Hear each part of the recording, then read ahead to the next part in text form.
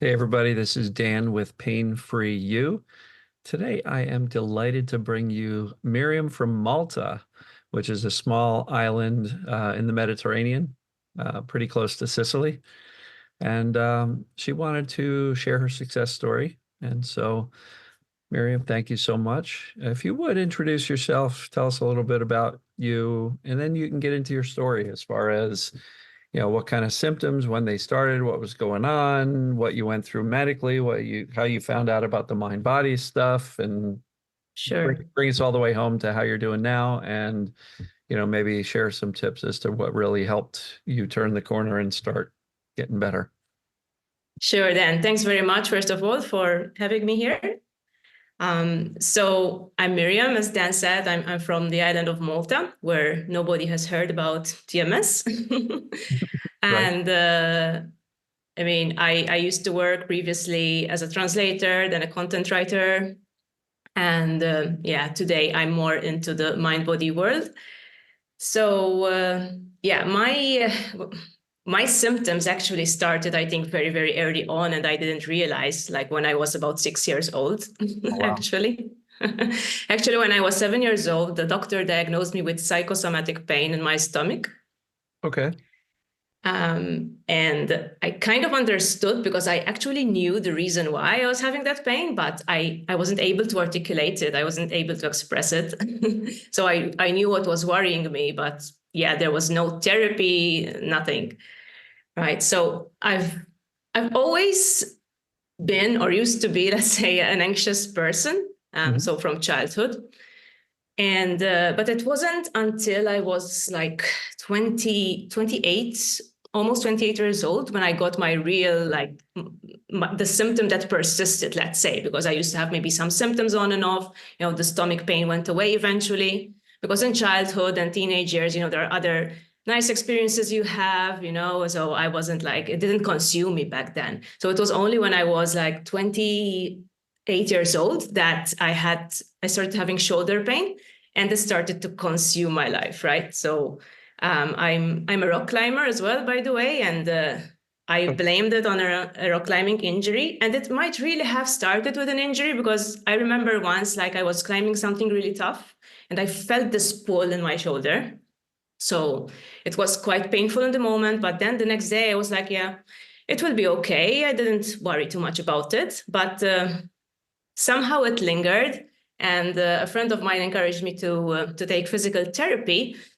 And I think, honestly, that's when I started to get obsessed. In the beginning, I liked the physical therapy, I liked the therapist, but I started to notice that my shoulder wasn't like responding as expected.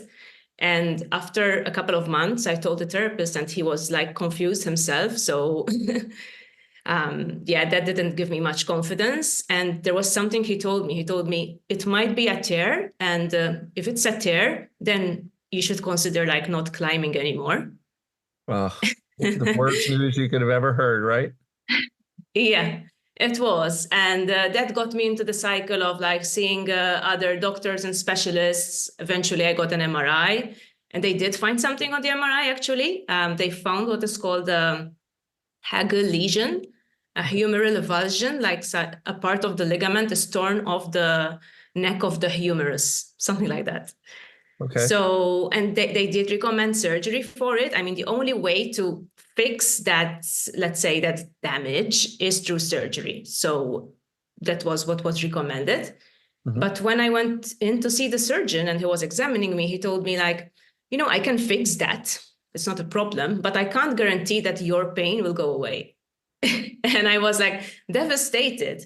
I think he knew something. I think he suspected that my pain wasn't all coming from that. Sure. That's why he said that, but he didn't tell me. um, And I'm sure that didn't give you any hope whatsoever. no, in fact, it made me even more like scared of the surgery, because first of all, I'd never had surgery before in my life. I'm a little bit of a control freak, being a TMSer, so like being under anesthesia really scared me. And a week before the surgery was scheduled, I was doing it all like privately, because here in Malta that works a little bit differently. So we have like public hospitals, but it takes ages to get the surgery there. So I was paying for this myself. Right. And a week before, I started to get leg pains. They started in one leg. They spread down my sciatic nerve and up to my piriformis area. Okay. And then like maybe 2 days later, I got them in the other leg. And this was excruciating, much more excruciating than the shoulder pain, actually. And so did you connect the dots and say, this doesn't make sense because I didn't pull it while doing anything? Or Not really. No, I just thought something was wrong with me.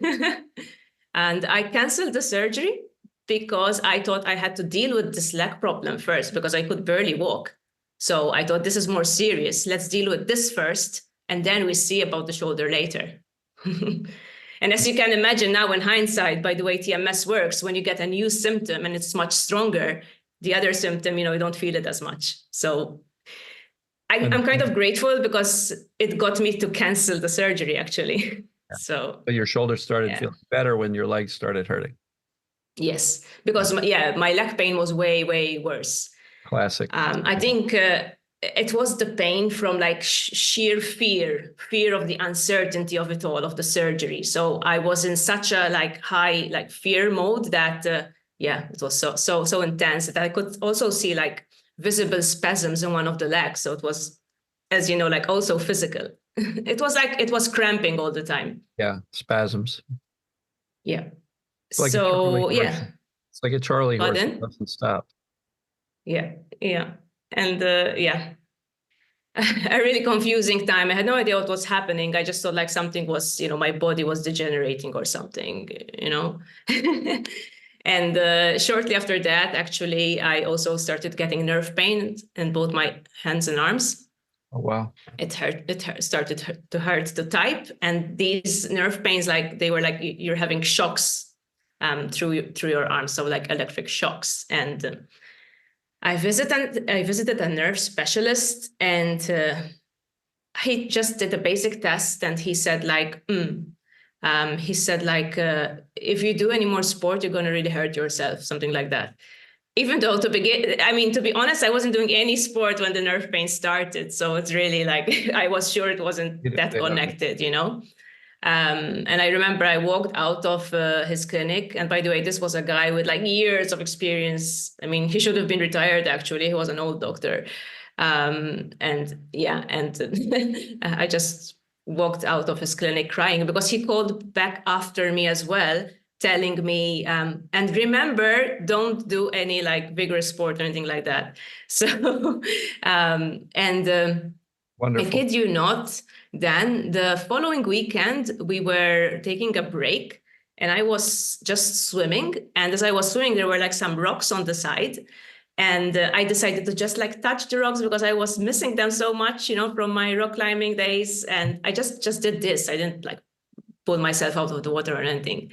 And because he had noceboed me into thinking that this would hurt, the next day, my nerve pain was like horrid. I mean, I woke up as if someone had just given me electric shocks. Right.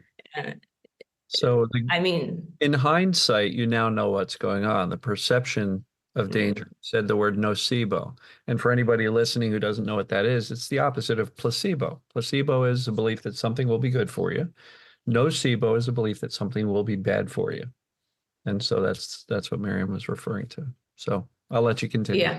Yeah. And I mean, the nocebo really works by the power of suggestion. So the more you believe the person telling you that something might hurt, the more it's likely to hurt. In my case, it was like a nerve specialist. So of course, part of me believed him. I didn't want to believe him, but a part of me believed him.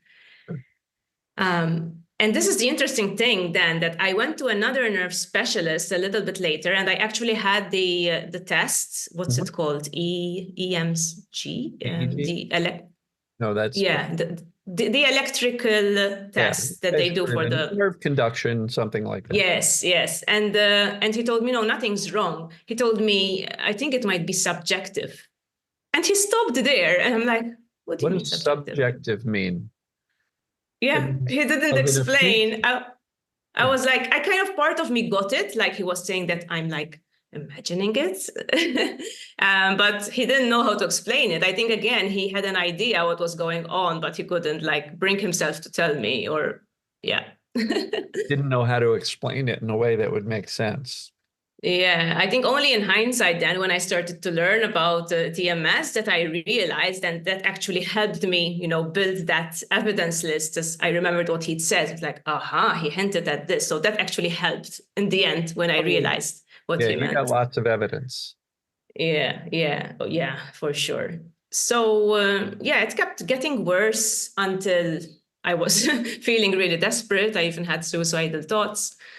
Um, I didn't want to accept the idea that I wasn't going to be active anymore. So yeah, I did a really desperate Google search one day, and something came up, something about the mind-body connection. Right. I saved it to my favorites then because at that time I didn't have like time to look into it, and luckily I got back into it because I could just have easily, forgotten about it. And that's when I started to read up on it, and I decided to open my mind a little bit. Awesome. I thought like I have nothing else to lose now. I've tried everything. This seems to be different, so why not give it my 100%? Mhm. That's awesome. Yeah. So then what? So then, Where did you go from there? Because understanding and opening your mind to it's one thing, but then yes. what did you start to do differently? Were there any TMS mind body practices that you started to engage in? I don't like the term work, but work on. Uh, Mhm, mhm. how did you start to convey that you were actually okay to your brain? Was it just the knowledge, So or did you go through any? no, it wasn't just the knowledge. No, there was this 42-day program on the TMS wiki Okay, that yeah, I followed religiously, and that involved a lot of journaling. sure. So I followed that, and I also read one of Sarno's books. And what really, really helped me was I started to play around a little bit with movement. So I started to fear movement a little bit less. I used to go swimming every day because that was something I could enjoy despite the pain. So I think one of the lessons said, like, do something that you still enjoy in the moment despite the pain. And that was swimming for me. That was the most comfortable thing for me to Awesome. do. So I did that every day, and yeah, tried to enjoy the moment as much as I could. It was summer. I think I was really lucky that it was summer because we used to take our dinner as well by the sea there and Right. eat it there, being from Malta. So yeah, I was lucky in that regard. But I think mainly it was also getting aware of my negative thinking and aware of how disappointed I was getting when I was getting symptoms and changing that reaction. Right. So it was a mix really, because I also started seeing a therapist since I read in Sarno's book that maybe you would need psychotherapy. And luckily the therapist recommended also some mindfulness meditation to me. She was the one who first introduced me to mindfulness. And I think the best thing about mindfulness was that it got me to look at my body more objectively. And I mean, I think mindfulness on its own doesn't typically heal TMS. Without the knowledge, it's difficult. Right. And without the knowledge that the pain is just mind body. So that's crucial, being quite sure about that.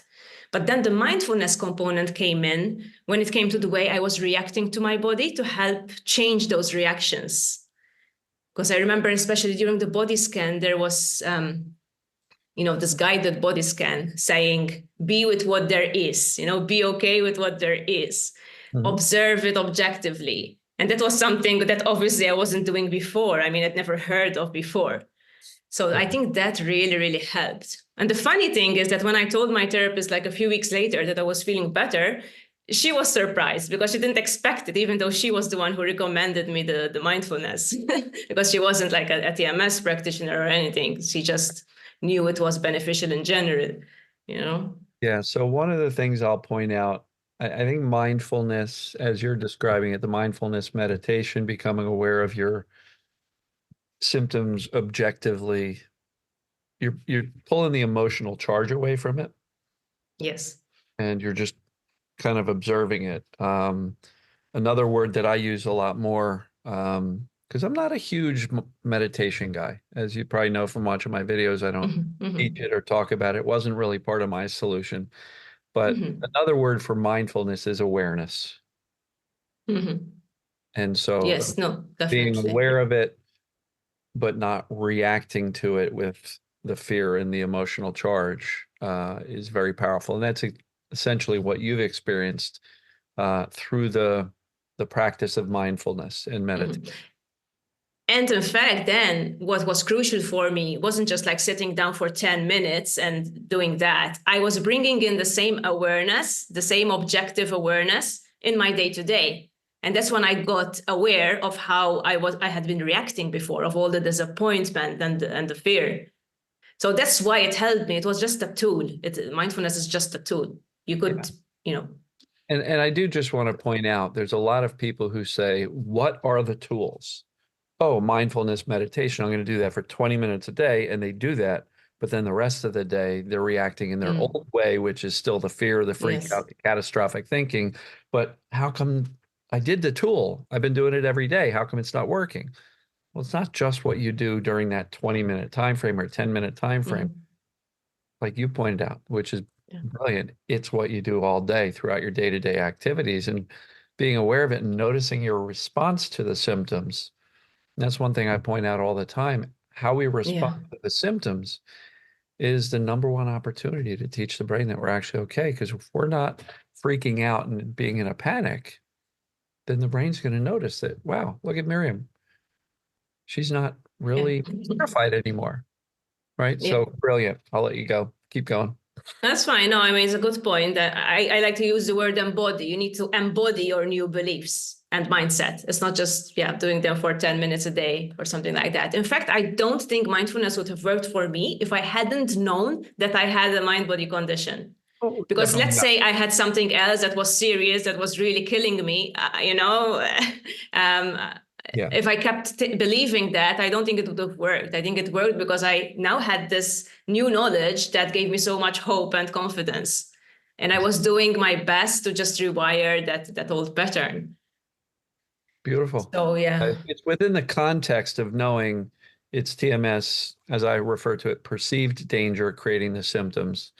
And within that context, observing it from a place of curiosity, fascination, even, yeah, um, can really lower the danger signals. And when the brain feels safer, the symptoms start to do better. So you said the doctor or the therapist was surprised that you were actually feeling better because they didn't really understand this deeply. yeah, Um, so tell me a little bit more about the journey from starting in this work and like a lot of people are like, well, how long did it sure. take? Miriam, how long did it take? Right. And Well, that's weird. how long it took me to get out of my initial symptoms? It was around 5 to 6 weeks, honestly. Okay, cool. During that time, by the way, one other thing I did was I used to talk to my pain a lot and sometimes even laugh at it and tell it like, don't be ridiculous, or come on. And I would use like, that language you would use with someone who you're not afraid of anymore. Before it used to be my bully, that was my pain was bullying me. I was like feeling it's like its victim. And Jeez. now I was actually bullying it. I'm like, yeah, anything, and this is what I say to people as well, anything that feels empowering is good. Because sometimes people ask, but what kind of affirmations can I say? And affirmations only work if you believe them and if they make you feel empowered in this case. It's Authentic. Yeah. pointless saying like, I'm safe when you're not feeling safe. So Point that out sometimes all. it's just better. Yeah, sometimes I was just like not even saying anything. I would just feel the pain and I would be like, yeah, whatever. That's Or just like indifference. shrug it away. Yeah, that's indifference. You're showing little Yeah. to no concern. Whatever. Right. Which is Yeah, helpful because these are concepts I talk about all the time. That's great. exactly. Yeah. So it Well, took me actually, I'm sorry, very quick, pardon? 5 to 6 weeks, you were feeling mostly better or the symptoms were gone? Um, Nearly gone. I went back to rock climbing actually after 5 weeks. Awesome. Did the easiest ones.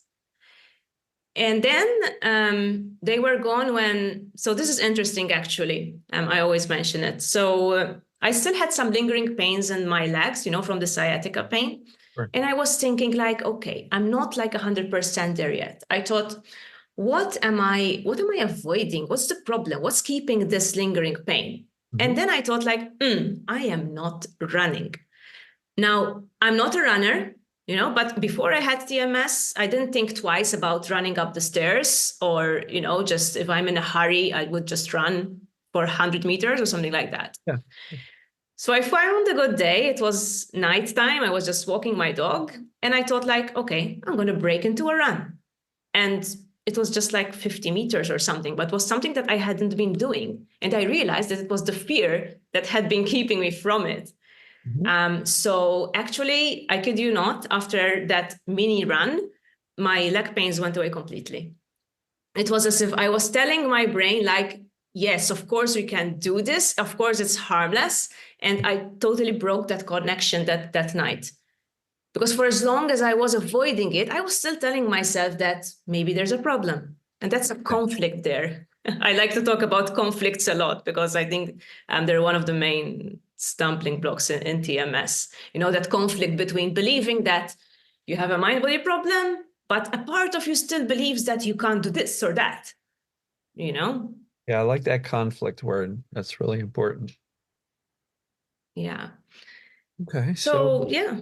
how long ago or how long has it been that you've been feeling well? Like you said, you broke through the original pains, the hands, the fingers, the nerve pains, which is wonderful because a lot of people will say, "Does anybody ever get better from nerve pain?" Yes, Yeah. and you Yeah. also had the sciatic and the leg pain, not just one leg, but both legs, right? Yeah. Yeah. Uh, Exactly. so how long ago was it that you started feeling well? That was 2016. I Okay, haven't had the pains ever again. awesome. You ever get a little twinge and you know what it is and it doesn't ever turn Yeah, into anything chronic? yeah, yeah. If I'm really, really angry about something or I'm repressing anger, I feel it in my piriformis, the same area. Okay. Yeah, Yeah, yeah, so I wanted to point that out because a lot of people think that once you end your pain, you will never ever feel anything ever again, which is it's a myth. The brain will always reserve the right to use signals like pain or other symptoms as a protection to us, to protect us from something. In your case, it's the anger. And there could be any number of perceived dangers. But the key to why it's never become chronic again is because you knew what it was. yeah, And as I always point out, this isn't a matter of, recovering from body parts and pains. This is a matter of, with accurate knowledge, recovering from the fear. Because when those yeah, things happened, you easily connected the dots to the anger and said, I'm actually not in trouble. And there was no cascade of fear that caused this to linger and stick around and become chronic again. So that's brilliant. yeah. I mean, it wasn't the end of the story, to be honest, then, because I mean, after that, I got into a really stressful period. And because I wasn't afraid of the pain, I wasn't afraid of pain anymore. So Right. I got insomnia, which was Okay. something that really, really bugged me for a Yeah, while. but it's the same stuff, really. Have you resolved that Yeah. now? Yes, yes, yes, more or less. If I am a little bit anxious, it sometimes happens, and I have to be really, really careful, especially if I go abroad, because the threat with insomnia is that if I won't sleep, I'm going to have a really bad day the next day. Well, that's the story that keeps Yeah, us awake at night because now we put so much yeah. pressure on ourselves to sleep.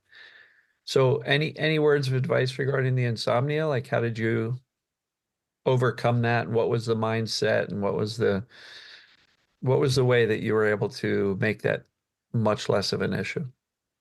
You know what? I thought when I was a kid, I didn't think twice about not sleeping. So I started not to think twice, basically, as much as possible. I'd go to bed, yeah, I'm gonna sleep. If not, it's okay anyway. Yeah. I think that You took mainly. away you took away the fear of a bad night's sleep meaning something tomorrow. Yeah. And when Yeah, you and I wanted to teach my brain that it was natural, that sleep was natural. It wasn't something I had to work hard for or anything like that. yeah. That my body could do on its own, unless I resisted. So, Yeah, and so the yeah, fear of not sleeping is resistance. The fear of not sleeping is a exactly. conflict between what happens naturally and what you're trying to do. If you're trying to sleep and you're deciding that if I don't, I'm in trouble tomorrow, it's a lot harder to Yeah. fall asleep. And it's a cycle then, because then the next day you would really not feel so good, and then you'll get all worked up again. I found it much tougher to get out of than the pain, honestly, because with the pain, I don't know, I just kind of became fearless. But with the insomnia, it wasn't as easy, I admit. And I mean, over the years, there was also a period when I had some depression as well, and that was harder. Actually, because then I knew about the mind-body syndrome, but I didn't yet know how to get out of that cycle of negative thinking about other issues. Right. So it's been a journey, and I think it's still not the end of the journey. Of course, I'm still learning. Yeah. But healing always creeps up on you when you set that intention that you want to heal. When I think the turning point has always been deciding that, hey, this is it. I'm going to get out of this pattern. Yeah. When it gets bad enough, I used to like decide like, hey, I need to do something like seriously. It doesn't mean that there's a lot of work involved. It's just that determination. It happened to me with depression when I realized that I was getting into a really dark place. I said like, hey, yeah, something needs to change. I started journaling more frequently again, meditating more frequently, being more honest with the people around me. So it's a whole change, not just one thing. Yeah. What I find is that, my general approach to pain or other symptoms is number one, understanding the causes. When the brain perceives danger, it will create pain or other symptoms. But anxiety is just another symptom of a brain perceiving danger, right? Yeah. Physical Yeah, sensation. but in that case, it's perceiving danger like that you think you're aware of, right? Yeah. Most of the time. You So, know that you're anxious about something. You just don't know how to get out of that anxiety about that thing. And it's usually not the body, at least in my case. I wasn't anxious well, about the body. true, but we feel Mhm. anxiety in the body, which is the presence of adrenaline, cortisol, the stress hormones, and we can have physical sensations as a result of anxiety. Yeah, But then yeah. alongside of the physical sensations, we start to get those anxious thoughts. And those anxious thoughts fuel the adrenaline and cortisol, and then you kind of get stuck in this anxiety loop. So it's a And vicious so cycle. Hmm. if the perception of some kind of danger, whether it be social, relationships, financial, or whatever, is creating anxiety or even lack of sleep, that could be a symptom that people are anxious about. Um, Safety, knowing that you're going to be okay, is the solution for anxiety. Because when your brain feels safe, guess what happens to the stress response? It Just settles goes down. down. And then when the stress response settles down and the brain's not running on adrenaline and cortisol, the thinking slows down. Yeah. Depression, in my opinion, for anybody who's struggling with that, I believe depression is deep sadness plus no hope. And when you Mhm. start to feel hope, the depression can lift. And you may still be sad about whatever's going on in the life. But Yeah. when you start having hope that, okay, I have brighter days ahead of me, the depression doesn't feel quite as heavy and burdensome. So I do think that brain perceiving danger creates anxiety, depression, mental health challenges, OCD. PTSD is old traumas creating that perception of danger that lingers.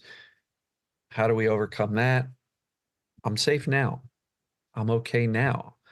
That stuff isn't happening Mm. anymore. So Yeah. I really view that when we can effectively teach our brain that we're safe, not only can physical symptoms like pain or other symptoms go away, but I think many of the things that are labeled mental health challenges can also be a lot less of a trouble for us. Do you True. find that to be true with yourself and with your clients? I think so, yes. And also, if I can add to that, I think anxiety and depression also involves emotional addiction. You stay addicted to that worrying thought. It's like you're repeating it over and over in your head. And it might be true, yes, some maybe the situation isn't the best. It might be true, but you still get addicted to replaying that thought and that emotion over and over again. And it's actually at first to get aware of what you're doing, of how inclined you are to keep on, fueling and feeding that story. Yeah, and I talk a lot about thinking in my world. Yeah, Um, yeah, you don't have to stop the negative thoughts because that's impossible. The brain perceiving danger is gonna think about things. We don't have to fix the negative thoughts because there's a lot of programs out there that talk about catch your negative thoughts and make them positive, and do that every time you have a negative thought, which can be exhausting because we have, in some cases, the majority of our thoughts are negative. And Yeah. so my approach is that we don't have to believe all those negative thoughts. We don't have to take them seriously. We can notice them, Mhm. awareness, we can become mindful of them, and they will pass. We don't And they sit will there lessen in and, frequency, I think, as well. When you don't start to believe them that much and give them that weight, of course, there will be less of them. Because I think the problem with depression and anxiety is that there's so many of those thoughts. And as you say, you can't stop them. But the only way sort of to stop them or lessen them is not to give them that much mhm, importance, right? exactly. That's And then exactly it all right. happens on its own, kind of. Yeah, and I often find people are not just getting better with their physical symptoms, but their struggles mentally and emotionally start to ease up.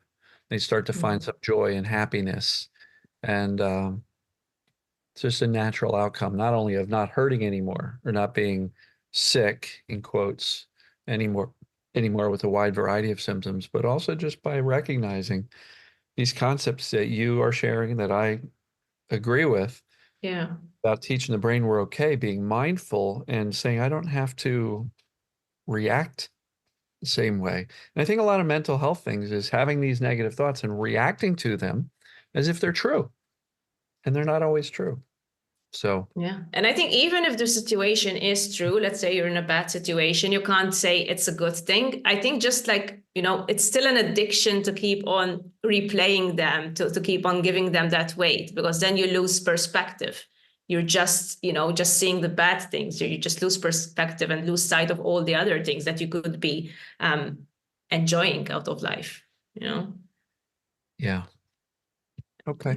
And this is one thing I remember actually after I recovered from the painful symptoms. I used to wake up in the morning with this sense of like joy, like over here in this area of my chest where we usually feel anxiety. I used to feel like this kind of joy, and it's so precious. And I still get it nowadays, but I think it was so strong right after that recovery. It was amazing. Yeah. It's So. like a huge weight and a huge fear has Mhm. lifted. So yeah, that's brilliant Mhm. that you are able to recognize and feel that sense of joy as opposed to the sense of dread that many of us woke up with for years. Um, Yes. you know, the fact that joy came back and came back so strong and you could just feel it is awesome. Anything else you'd Exactly. like to share with the viewers here as far as tips, recommendations, mindset, whatever it may be? Yeah, I mean, as far as tips, I would say the conflict issue, when you suspect you have TMS or you have TMS, but you are behaving as if you don't, as if you have a physical injury, that's a conflict. And yeah, it's a major obstacle actually, because you need to embody your new belief. So you need to be embodying it even in your movements. It's not about running a marathon, but starting to walk a bit more naturally, not overprotecting the area, not massaging the area all the time. Sure. So there are a lot of behaviors, I think, that can be cut out to embody your new belief that, hey, the body is okay. Right. So I think that's one of them. But- Yep. Um, yeah, mindset, as you say, the way that you react to the symptoms is crucial.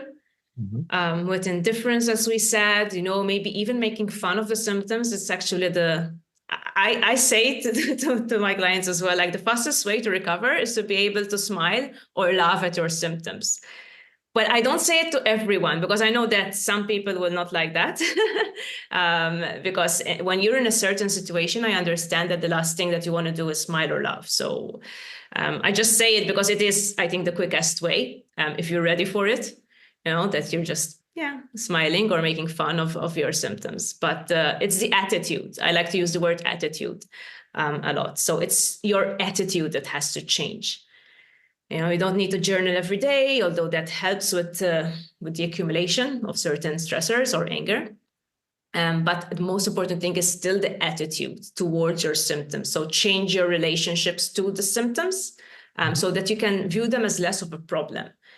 Because in most cases of TMS, the symptoms are just like huge problem here, and you need to be making them smaller and smaller. in your mind.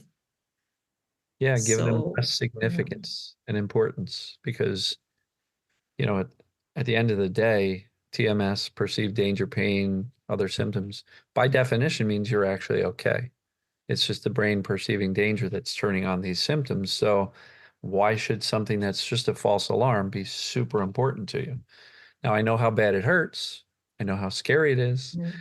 but once you recognize what's going on and make a decision and a commitment to yourself to no longer make those symptoms be the dominating thought throughout your entire day, you're going to turn the Yeah. corner and start doing better. Yeah. And the other thing I think I'd like to point out is that sometimes individuals make improvement, right, with mind body pain. So the pain lessens. Mhm. But I notice a lot of people telling me, how well they did, but they still don't do, X, or they still don't do Y, and they still have Or they- some symptoms. And I think I'd like to encourage, people to think a bit bigger, because if it's just TMS, then you should be able to do all of those things that are reasonable for your age or fitness levels. Yeah. You shouldn't be holding back. If you're still holding back from something you want to do, that's still the voice of fear speaking. Yes, Um, absolutely. And that so, creates the conflict that the brain doesn't yeah. know which story to believe. Am I okay? But I'm not doing this stuff. But I think I'm okay, but I'm not going to do that because I'm scared of it. That conflict. And Yeah, with your permission, I'm going to do a video on conflict because that is such sure. a strong word to illustrate the Yeah. confused brain. Yeah, I think there's almost always conflict in the beginning when someone is still learning about TMS. It's inevitable. I Right. mean, after all, we're not educated about the fact that the mind-body connection is so powerful, so it's obvious. Um, but yeah, I think that's a major obstacle for total recovery. Let's say that you still think that somehow your body can't take all of that. Right. So you need to question that belief at the end of the day. Awesome. Well, Yeah. this has been great. Unless you have anything else you want to share. Um, Mm. I know you've got a website, and for the folks listening, Miriam does help some people out with chronic symptoms created by a mind-body cause. So her website is painoutsidethebox.com, and I'll make an attempt to put that in the description when I share this video Thank on you. Facebook and on YouTube. But painoutsidethebox.com if anybody'd like to get in touch with Miriam. Um, but I love the fact that you've overcome some symptoms that I know a lot of people with nerve pain, they just, for whatever reason, they're not buying it. And so, Yes, I think nerve pain is the most scary, symptom, because I mean we associate nerve damage with something more serious. It's the meaning we give it actually. So yeah, but it works the same way, and healing creeps up on you. I like to say you don't just get better and you notice that the exact moment you're getting better. You just need to trust and it will get better, but you don't actually see it like in that moment. And then you look back to 2 weeks, 3 weeks ago, and you're like, okay, actually it is better. yeah, that's awesome. But the more you think about whether it's going to be better or not, it's not going to work, because then you're going to feed that, you're going to pay attention to the symptom and you're going to make it into a larger problem again. Sure. So you have to kind of let go when you're working on this kind of process of healing. It's like, okay, I'm doing things which I think are beneficial for me. Now I trust. Right. You know? Yeah, because a lot of people wonder, you know, what's the right amount of time to monitor my progress? I'm saying we don't. We don't have to, because as long as you're staring at it going, did that work? Did that work? Did that work? Yeah, People are just going to keep the focus on the symptom, and the brain is not likely to turn it off if you're that focused on it. So brilliant. exactly. I think you have to decide. At the end of the day, there are so many tools these days. You decide, I'm going to do this, this, and that. Apparently, for others, it has worked, without overwhelming yourself. Mhm. And then besides that, it's your attitude towards the symptom and the trusting that things will work out, because there's no reason why they shouldn't. Right. All right. Awesome. Miriam, thank you so much for sharing your story. Thank you. Again, for the viewers, painoutsidethebox.com if you'd like to catch up with Miriam offline. Um, I appreciate you. This was wonderful. Thank you. Thank you so much for having me then. All right, Miriam. Thank you again. So long. Bye.